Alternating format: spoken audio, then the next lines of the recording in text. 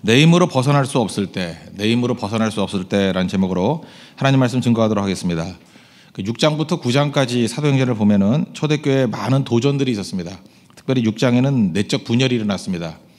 구제하는 문제 때문에 히브리파 과부, 헬라파 과부들 이렇게 갈등이 있었습니다. 사실 그 문제뿐이겠습니까? 그 내재된 어떤 갈등적인 요소가 있었겠죠.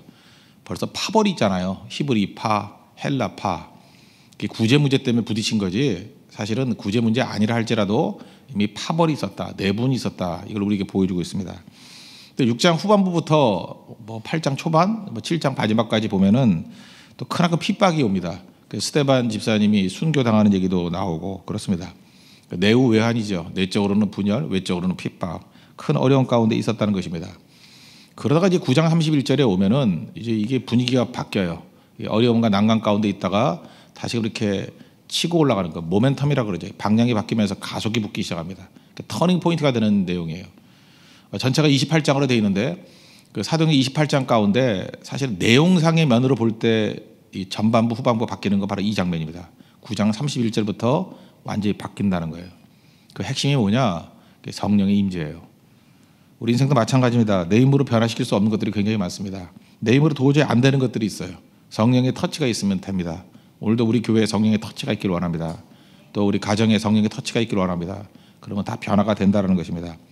성령이 위로해 주시면 어떤 일이 벌어지냐? 이 짧은 한 절 가운데 세 가지 현상이 나타나요. 첫째는 평안이 임하게 되고, 두 번째는 견고해지고, 세 번째는 번성하더라. 수가 많아지더라. 번성하더라. 멀티플라이. 우리에게도 이러한 축복과 은혜가 임하기를 바랍니다. 첫 번째, 성령의 위로가 있으니까 첫 번째는 평안이 임하게 되었다는 것입니다. 31절 앞에 다시 보십시오. 그리하여 온 유대와 갈릴리와 사마리아 교회가 평안하여. 이 평안이라는 것은 건강이다라고 표현할 수도 있습니다. 평안이 회복되었다, 건강함이 회복되었다, 이런 얘기입니다. 아까 6장 얘기를 했죠. 내부 분열이 있었습니다. 파벌이 있었다고요. 문제는 이제 구제 때문에 싸움이 벌어진 건데 교회 아니라고 가정이라고 파벌과 분쟁이 없을 수는 없죠. 이렇게 갈등이 있다라는 것입니다. 분열이 왜 나쁜 거냐면 분열이 일어나면요 상처를 입습니다. 이 상처가 심해요. 또 깨짐이 있고 분열은 불편한 것입니다. 그래서 사람이 편안하지가 않아요. 한번 생각해 보십시오. 이게 분열의 특징이 뭐냐면 내 권리를 주장하는 거거든요. 그러니까 교회 와가지고 자기가 죽어야 되는데 싸우려고 그러다 보면은 내가 죽었습니다. 그러면 싸움이 되나요? 근데 상대편이 내가 죽었습니다. 그러면 저도 죽었습니다. 이러면 되는데 이게 뭐가 뭔지 모르지만 하여튼 말은 쉽지만 그게 쉽지가 않아요. 내가 아무리 잘하려고 그래도 상대가 워낙 말 같지도 않으면은 또 이게 쉬운 일이 아니라니까요. 그러다 보니까 자기도 모르게 이 마귀가 글로 끌어가는 거예요. 내 주장을 하게 돼 있습니다. 내 주장을 하면 잠깐 상처를 주게 되죠. 내가 딱딱해지니까 상대 서로 스크래치를 주는 거예요. 상처를 주고 그러다 보니까 원망이 나오고 불평이 나오고 근데 말하지 말아야 되는데 다들 억울한 거예요. 각자 입장은 서로 억울한 거예요. 그래서 억울함을 토로하다 보니까 엄청난 그 상처들이 있다는 것입니다. 이게 에너지를 엄청나게 소모하게 만들어요. 하나님 일을 못하는 거죠. 이 자체가 에너지 소비가 너무 커가지고 넉다운이 돼버린다는 것입니다. 근데 성령의 터치가 있으면요 이게 달라진다니까요. 상처가 싸매지기 시작하면서 원망 불평이 있기보다는 하나님께서 우리 마음 가운데 주시는 위로가 더 커요. 그래서 이것이 어떤 한계를 넘어서게 되면 평화가 임하게 된다니까요. 헬라어 단어로 에이레네 또는 히브리 단어는 샬롬, 이게 이제 평화거든요. 평안, 평화, 샬롬. 이게 원래 뜻이 뭐냐면 perfect balance, 완벽한 밸런스를 이룬다, 그런 뜻이에요. 이건 그냥 균형이 아니라 완전한 균형인데 성령께서 힘을 주시기 때문에 생기는 균형이에요. 예를 들어서 팽이 같은 거 보시죠. 팽이가 균형을 잡고 팽이 돌아요. 그럼 그 안에 힘있게 돌죠. 웬만큼 돌멩이 조그만 게 튀어나오더라도 탁 튀기면서 다시 퍼펙트 밸런스가 유지가 돼요. 생명이 있기 때문에 그래요. 팽이는 잘 모르겠지만 저는 자전거 때문에 느끼는 거죠. 자전거들이 이렇게 균형을 잘 잡고 속도가 있잖아요. 그럼 웬만큼 장애가 있다 할지라도 그죠? 탁 튀겨나가면서 균형을 유지해요. 근데 서 있는 자세에서 누가 확 밀면 넘어지죠. 그죠? 이게 힘이 없기 때문에. 성령께서는 우리에게 그 모멘텀이라는 거, 이렇게 이 가속의 힘을 주시기 때문에 그 안에서 오는 퍼펙트 밸런스가 있어요. 그래서 절대로 흔들리지 않는다는 것입니다. 그러니까 우리 인생 가운데도 그래요. 이게 힘이 없고 이렇게 그냥 조용히 있는 평안함이 있을 때 이 밸런스가 있을 때는 누가 툭 치면 넘어지고 건들고 어려워진다고요. 그래서 성령 충만해지면은 웬만한 도전과 어려움 속에서도 흔들리지 않는 그런 능력이 임하게 된다는 것입니다. 이 균형이 깨져버리면 병납니다. 그 병이라는 영어 단어가 disease잖아요. disease. disease는 이게 두 단어로 분철할 수 있죠. this라는 거, dis, this. 그다음 뭐예요? ease라는 게 뭐예요? 쉽다 또는 평안하다라는 뜻이 있다고요. 그러니까 this, ease, 그게 disease거든요. 평안함이 깨졌다는 거예요. 평안함이 깨지면은 병이 듭니다. 그래서 육체의 병이 오기 전에 마음의 병이 오는 거예요. 마음의 밸런스가 깨져 보세요. 반드시 병이 와요. 그게 디지즈예요. 그죠? 그래서 어떤 때는 뭐 우리 인생 가운데 스트레스를 너무 많이 받으면은 그 혈관 벽에 이렇게 크랙이 생긴대요. 이렇게 막 갈라지고 그리고 거기에 막 걸려가지고 심장병 걸리고 왜 이렇게 잘하느냐? 제가 심장병동만 꽤 다녔거든요. 우리 가족 중에 한 분이 계셔가지고 맨날 듣는 얘기가 이런 거였어요. 근데 뭐 옆에 있는 분 얘기를 들어보고 또 뭐 옆방에 있는 분 얘기를 들어보면 전부 다 이거예요. 밸런스가 깨졌을 때 심장병 오더라. 뭐 그 얘기들 계속 고백하는 거예요. 디지즈라고 디지즈. 근데 하나님의 터치가 있게 되면은 비로소 평안이 만나는 평안이. 요즘 우리 교회 되게 평안하죠. 성령의 충만함이 있으면 평안해져요. 웬만한 흔드는 마귀의 세력들이 온다 할지라도 흔들리지 않는다고요. 그죠? 속지 않으니까 평안함. 이게 교회에 임하고 이게 가정에 임하고 개인에게 임한다는 것입니다. 성령의 위로예요. 성령의 위로로 말미암아 완전한 균형과 완전한 평화를 이루는 하나님의 축복된 종 되기를 축원합니다. 두 번째는 견고해진다는 거거든요. 이게 든든히 서가고 그랬죠. 든든히 서가고 이거는 오히려 흔들림을 통해서 강해진다는 거예요. 견고해지는 거 강해진다. 또 다른 건 연단이죠. 그래서 it was strengthened. 더 강해졌다. 이렇게 외부의 힘 때문에 더 강해졌다 이런 뜻이에요. 성령께서 위로하시면요, 성령은 특별히 약한 자를 위로하는 거 아니에요. 약한 자가 성령을 의지하니까.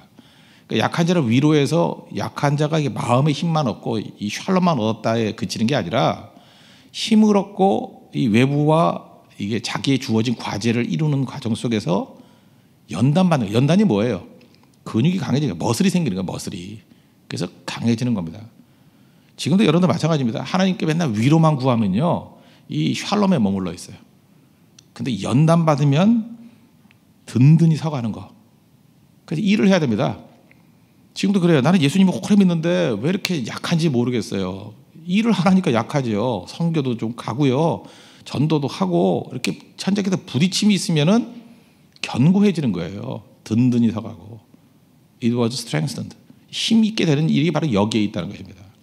그래서 약한 것에 계속 머물러 있는 이유는 뭐냐? 자기에게도 상당히 책임이 있다는 거예요. 근육 생길 시간을 안 주기 때문에 그래요. 병이 들었습니다. 먹을 걸 줬단 말이에요. 그러면 일어나가지고 일을 해야 될 거 아니에요. 근데 계속해서 누워있는 것이 좋사오니 그러면 절대 근육이 안 생기죠. 그럼 누워있으면 회복이 될 리가 없잖아요. 어려워도 걸어야 돼요. 어려워도 일해야 된다니까요. 어려워도 일로 풀어야 돼요. 일로. 사역으로 풀어야 돼요. 주어진 과제, God given task. 우리에게 주신 그 태스크, 과제를 이루는 걸 통해서 풀어나가야 된다고요. 지금도 여러분들 슬슬 그런 마음 드는 사람이 있죠. 아, 피곤하다. 뭐 조용히 살고 싶어요. 누가 얘기했는지, 코미디언이 했는지 전직 대통령이 했는지 모르지만 하여튼 맨날 뭘 조용히 살고 싶대. 벌써 사는 얼굴 자체가 시끄럽게 생겼는데 맨날 조용히 살고 싶대. 그 마귀 유혹이거든요. 그래서 잠깐 물러서게 되고 그래서 결국은 자기 인생이 무너지는 거예요. 다시 열심을 내야 됩니다. 열심을 내고 현장에 나아갈 줄 알아야 된다는 거예요. 그 사도행전 1장 8절에 보면 그 예수님의 말씀이 있죠. 오직 성령이 너에게 임하시면 권능을 받고 너희가 있는 장소 예루살렘과 좀 더 커진 유대와 그 다음에 사마리아와 땅끝까지 이르러 내 증인이 되리라. 근데 이거 성경 흐름을 보면 예루살렘과 온 유대까지는 모르겠어요. 그 유태인들이니까. 사마리아를 못 넘어서요. 근데 사마리아를 넘어서게 만드는 힘이 사도들에게 있어야 될 거 아니에요. 사실은 예수님께 직접 훈련도 받고. 그러니까 사도가 넘어가야 될 것 같은데 사도도 사마리아를 못 넘어요. 참 그거 이상하죠. 근데 누가 넘느냐면 일곱 집사, 사실 구제 문제 때문에 다툼이 일어났을 때 해왔던 일곱 집사 있죠. 그 중에 한 사람이 빌립. 사도행전 8장에 보면 빌립 집사가 그걸 넘어요. 이건 무슨 뜻입니까? 그 멤버 가운데 그래도 비교적 제일 약한 사람이, 약한 지도자가 그걸 넘더라는 거예요. 빌립이 핍박에 오니까 흩어져 가지고 그가 했던 일이 뭐예요? 8장 5절 거기 보니까 빌립이 사마리아 성에 내려가 이게 도망친 거예요. 근데 제일 약한 사람이 사마리아로 갔어요. 백성에게 전도했어요. 그랬더니 빌립의 말을 듣고 표적도 보고 또 그가 많은 더러운 귀신 쫓아내버리고 그 다음에 뭐 많은 중풍병자 못 걷는 사람들을 다 고쳤어요. 그래서 많은 사람이 예수님을 영접하기 시작한 거예요. 그래서 온 성에 큰 기쁨이 있더라. 누굴 통해서 이런 일이 벌어졌어요? 이게 주목하셔야 됩니다. 당시로서는 지도자급에도 끼지 못하는 빌립 집사를 통해서 이런 일이 벌어졌다는 거예요. 이걸 통해서 빌립이 어떻게 돼요? 더 강해져요. 더 강해져서 그 다음 얘기 나오는 거죠. 8장은 온통 빌립 집사 이야기예요. 에리오페 내시한테 가서 복음 증거해서 겁틱 기독교의 뿌리가 되고 거기에 엄청나게 많은 일이 벌어지죠. 이거 있기 이전에 사건을 얘기를 해요. 이 사마리아 성 사건을 통해서 약한 빌립 집사가 강한 복음 전도자가 되었다. 그 이후에 뭐 자기 딸들도 뭐 예언하는 자도 되고 입이 더 강해져요. 어떻게 강해지죠? 일하면서 이게 든든히 서가고 해요. 여러분 주어진 과제에 충성함을 통해서 더 강해질 수 있는 하나님의 종 되기를 바랍니다. 근데 빌립이 갔던 곳이 약하지만 타부가 있는 곳, 배척이 있는 곳, 닫혀 있는 곳, 제일 어려운 곳, 그게 사마리아예요. 우리도 이제 징계편을 하고 하죠. 그때마다 하나님께서 여러분들 어떤 땐 이 빌립 집사 같이 쓰시는 분이 있을 거예요. 내가 생소해요. 배척이 있고 타부가 있고 닫힌 곳, 사마리아 같은 곳인데 거기에 가서 쓰임 받는 거예요. 이번 대만 선교도 간다 그러니까 뭐 여러 그 팀들이 있지 않습니까? 팀들이 있는데 나는 그런 분위기가 제일 나쁘다고 생각해요. 어디가 좋아요? 그냥 묻어주고 싶어요. 그냥 묻어주고 싶어요. 여기가 제일 좋을 것 같거든 하고. 교회가 이 살아있는 스피릿이 되려 그러면요, 어디가 제일 일이 많은 곳이에요? 내가 어디 가서 뛰어야 돼요? 이런 게 필요한 거죠. 근데 속이 다 보여요. 왜 저러는지, 목적이 뭔지. 너무 얄팍한 인생을 살거든요. 그 좋은 곳 가서 뭐 할 거예요? 편한 곳 가서 뭐 할 거예요? 생각이 달라져야죠. 사명지가 어디예요? 나의 사마리아가 어디예요? 그런 것들이 전체가 뭐 다도 아니에요. 한 60%, 70% 정도만 그런 분위기가 돼버리면 그게 싱싱한 교회예요. 그걸 통해서 일꾼이 나오는 거예요. 왜? 더 견고해지고 든든히 서가는 겁니다. 든든히. 이런 성령의 터치가 있는 하나님의 종 되기를 바랍니다. 그 다음 세 번째로는 번성해진다는 거죠. 번성. 그 주를 경외함과 성령의 위로로 진행하여 수가 더 많아졌더라. 사람들이 많아졌다. 이 영어 성경 딴 데를 보면 enrichment라고 번역될 때도 있어요. 번성, 뭐 더 풍성해졌다. 이 enrichment 이거 표현을 이렇게 해요. 성령이 임하게 되면 이게 풍성함이 임하게 되는데 enrichment 이거는 make good better. 좋은 것을 더 좋게 만드는 거래요. make good better. 더 좋은 걸로. 이런 게 있죠. 저하고 이제 친분을 알고 있는 교수님이 계시는데 서울여대 장영철 교수님, 뭐 책도 많이 쓰시고 그랬는데 이분이 했던 그 책 내용 중에 제가 제일 인상 깊은 게 그거예요. 자기는 은사를 발견했대요. 은사가 뭐냐면 잘 못하는 사람을 잘하는 걸로 만드는 건 잘 못하더래요, 자기가. 그래서 옛날에는 이제 교수가 대놓고 난 다음에 좋은 학생 깨워가지고 훌륭한 학생 만들려고 너무 노력을 했대요. 그러니까 맨날 눈에 보이는 게 좋은 학생이고 문제 학생이고 엎어져 자고 막 이러니까 힘들죠. 그러니까 화내다가 끝나더라는 거예요. 한참 지나고 보니까 생각해 보니까 자기가 그럴 능력이 없더라는 거예요. 자기는 못하는 학생을 잘하게 만들 능력은 없더라는 거예요. 근데 곰곰이 보니까 자기는 잘하는 학생을 더 잘하게 만드는 능력이 있더래요. 그래서 이 수업 딱 들어가가지고 누가 제일 잘하나 이렇게 잘하는 거를 보기 시작했대요. 그리고 격려해주고 도와주고 하니까 잘하는 학생을 더 잘하게 만드는 건 너무너무 쉽더라는 거예요. 그게 enrichment고 make good better. 그죠? 좋은 거를 더 좋게 만드는 그런 능력이 임하게 되더라는 것입니다. 그게 우리 사명이에요. 우리 사명.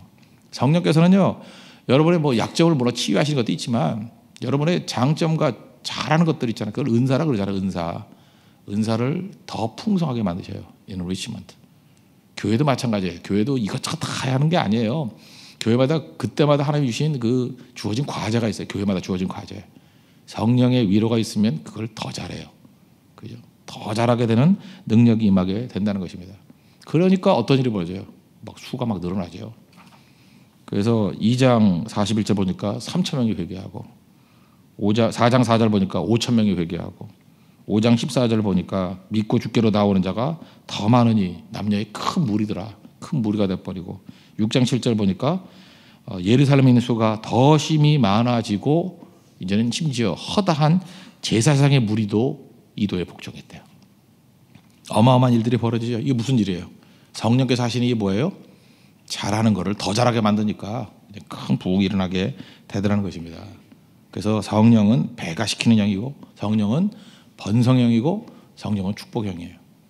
원래 성령으로 말미암아 이런 번성하고 풍성해지는 은혜의 역사가 있기를 바랍니다. 그래서 오늘 성령이 임하게 되면요, 안 되는 거 바라보고 막 좌절하고 그러지 않아요.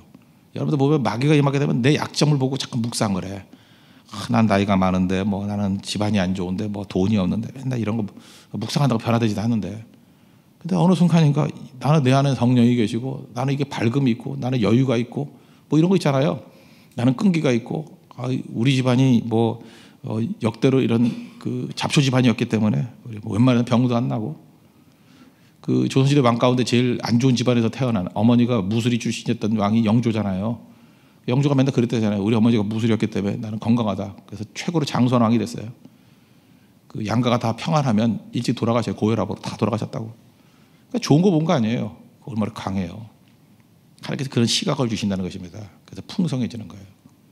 지금도 우리 삶 가운데 지금 굉장히 많은 문제들이 있잖아요. 문제 없는 인생이 있어요. 문제 없기를 바라면 무덤에 가야죠. 문제가 다 있는데 어리석은 사람들은요, 잠깐 문제를 풀라 그래. 그 문제 걸떡해서 이거 풀고 저거 풀고 그렇게 되는 게 아니고요. 여러분의 수준을 높일 필요성이 있어요. 옛날에 나왔던 그 가이드 포스트에 나왔던 글인데, 이건 뭐 너무 유명해서 여러 번 들어봤을 거예요. 옛날 구형 비행기를 몰고 있는데 삭삭 소리가 나더라는 거예요. 쥐 한 마리가 들어와가지고 중요한 전선을 갉아먹고 있어요. 그 전선이 끊어지면 추락의 위험성이 있어요. 회항하자니 너무 멀리 와 있고, 그죠? 조정 안 하고 올라가서 쥐 잡자니 잡을 수도 없고, 이 진퇴양난이죠. 고민에 빠진 거예요. 그때 이 조종사가 배웠던 게 하나 있죠. 그래서 했던 일이 뭐냐면 고도를 높인 거예요. 5,000피트, 10,000피트, 20,000피트 올라가니까 쥐가 죽돌하는 거예요. 내렸다 죽어 있었어요.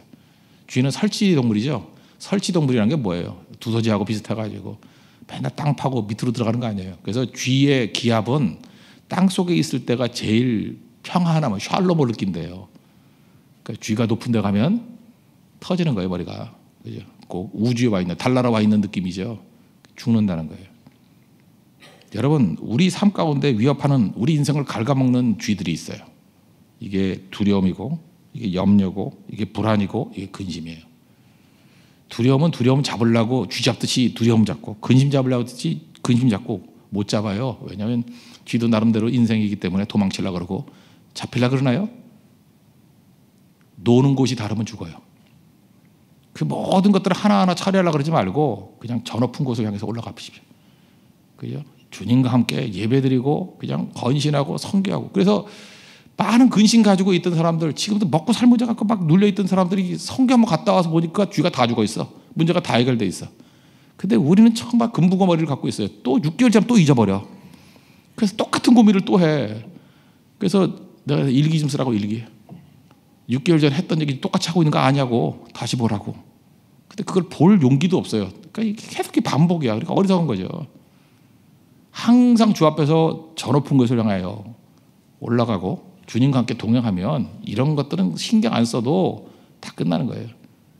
근데 바보들은 뭐라 그러냐면, 저 사람은 너무 인생이 평탄해서 고민을 모른대.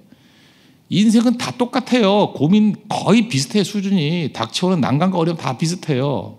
이 사람은 높은 곳에도 놀기 때문에 그것이 다 죽은 거고, 이건 맨날 땅굴 파고 쥐하고 경쟁하니까, 두더지하고 땅굴 파는 경쟁하니까 쥐한테 지는 거죠. 하나님께서 쥐한테 주신 은사거든. 땅 파는 거는. 우리가 살치동물이에요? 우리는 아니라고요. 땅에 딛고 살아가는 인간이지만 영혼은 주님과 함께 저 높은 곳을 향해 나아가는 존재라고요. 그게 성도입니다. 우리 높은 곳에서 승리를 줄 수 있는 하나님의 종 되기를 바랍니다.